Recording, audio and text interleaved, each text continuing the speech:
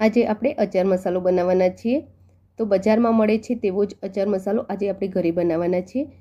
તો આજની આ રેસીપીમાં આપણે જોઈશું કે મસાલાને આપણા ઘરના ટેસ્ટ પ્રમાણે કઈ રીતે સેટ કરવો। તો અચાર મસાલો બનાવવા માટે પહેલાં તો આપણે એક કડાઈમાં 2 ચમચી જેટલું મીઠું લઈ લઈશું। તો મીઠું અહીં તમે વધારે પણ લઈ શકો છો। તો આપણે અહીં મીઠાને સહેજ શેકી લેવાનું છે, એટલે કે એમાંથી મોઇસ્ચરનું પ્રમાણ નીકળી જાય એટલી વાર તેને શેકી લેવાનું છે। તો ફ્રેન્ડ્સ, રેસીપીને આગળ જોઈએ તે પહેલાં એક રિક્વેસ્ટ છે, હજુ સુધી જો તમે મારી ચેનલને સબસ્ક્રાઈબ ના કરી હોય તો કરી લો। બેલ આઇકનના નિશાનને ટચ કરી ઓલના નિશાન પર ક્લિક કરો, જેથી કરીને તમને મારા નવા વિડીયોની નોટિફિકેશન મળતી રહેશે।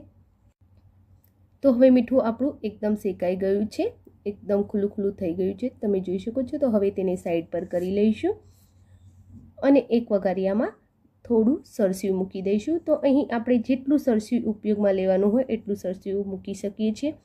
અને જો અચાર મસાલો રહેવા દેવાનો હોય કે થોડો ટાઈમ પડ્યો રહેવા દેવાનો હોય તો આપણે એ પ્રમાણે સરસિયાનું પ્રમાણ થોડું ઓછું રાખીશું। હવે સરસિયાને ગરમ થાય ત્યાં સુધી, એટલે કે તેમાંથી ધુવાડા નીકળે ત્યાં સુધી ગરમ કરવાનું છે। ઘણા લોકો સરસિયાની જગ્યાએ સિંગ તેલનો ઉપયોગ પણ કરતા હોય છે, તો જે લોકો સરસ્યું નથી ખાતા એ સિંગ તેલ પણ વાપરી શકે છે। આ અચાર મસાલાને આપણે ખાખરા કે થેપલા સાથે ખાવું છે તો તેમાં સરસિયાનું પ્રમાણ થોડું ઓછું જ રાખીશું। તો હવે સરસ્યું બરોબર ગરમ થઈ ગયું છે, તો આપણે ગેસના ફ્લેમને બંધ કરી લઈશું અને સરસિયાને થોડુંક ઠંડુ થવા દઈશું।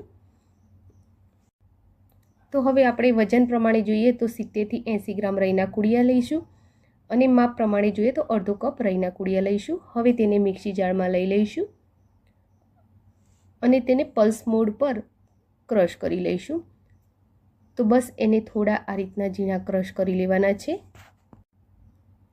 અને હવે તેને એક બાઉલમાં કાઢી લઈશું અને બાઉલમાં તેને આ રીતે ફરતા ગોળ કરી લેવાના છે અને વચ્ચે જગ્યા કરી લઈશું।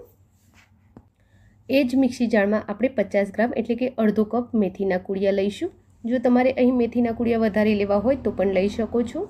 હવે તેને પણ પલ્સ મોડ પર ઝીણા કરી લઈશું।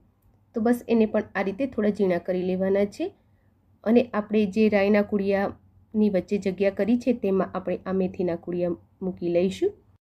આ અચાર મસાલો જો ખાખરા સાથે ખાવાનો હોય તો તેમાં રઈના કુડિયાનું પ્રમાણ થોડું ઓછું કરી દેવું અને મેથીના કુડિયાનું પ્રમાણ થોડું વધારે કરી દેવું અને મેથીના કુડિયાને થોડા ઝીણા વધારે દળી લેવા।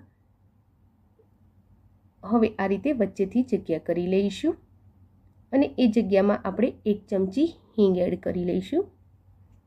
હવે આમાં તમારે જો હળદર એડ કરવી હોય તો 5 ચમચી જેટલી હળદર એડ કરી શકો છો। હું નથી કરતી કારણ કે હળદર એડ કરવાથી મસાલાનો કલર થોડો પીળો થઈ જશે। તો આપણે તેલને જે ગરમ કર્યું હતું એ સહેજ ઠંડુ થયું છે, આપણે એને એકદમ ઠંડુ નથી થવા દેવાનું।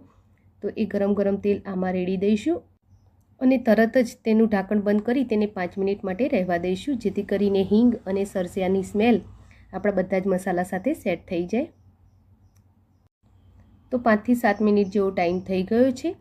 હવે આપણે મસાલામાં કાશ્મીરી મરચું એડ કરીશું। તો આપણે 50 ગ્રામ મેથી લીધી હતી, તો 50 ગ્રામ આપણે કાશ્મીરી મરચું લઈશું અને હવે આપણે મીઠું આપણા સ્વાદ અનુસાર જ આમાં એડ કરીશું। બજારમાં જે મસાલો આવે છે તેમાં મીઠાનું પ્રમાણ થોડું વધારે હોય છે। જો અથાણામાં મસાલાનું પ્રમાણ વધારે કરવા જઈએ છીએ તો મીઠાનું પ્રમાણ પણ વધારે થઈ જાય છે અને મીઠાનું પ્રમાણ બેલેન્સ કરવા જઈએ છીએ તો અથાણામાં રસાનું પ્રમાણ ઓછું રહે છે।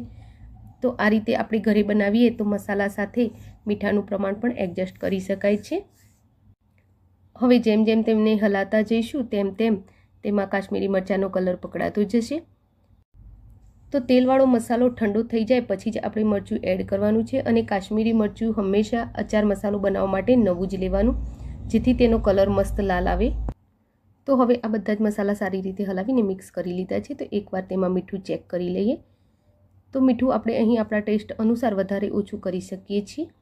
તો મારે અહીં મીઠું મારા સ્વાદ પ્રમાણે બરોબર જ છે। તો હવે આપણે તેને બાઉલમાં કાઢી લઈશું। તો આ રીતે ઘરે અચાર મસાલો બનાવવાથી આપણે મીઠાનું પ્રમાણ આપણા સ્વાદ અનુસાર રાખી શકીએ છીએ। આમાં મેથીનું પ્રમાણ પણ વધુ ઓછું આપણા સ્વાદ પ્રમાણે કરી શકીએ છીએ અને મરચાંને પણ આપણે આપણા સ્વાદ પ્રમાણે સેટ કરી શકીએ છીએ।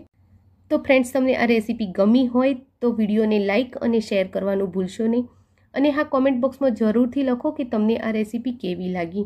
Thank you for watching my video. જય શ્રી કૃષ્ણ.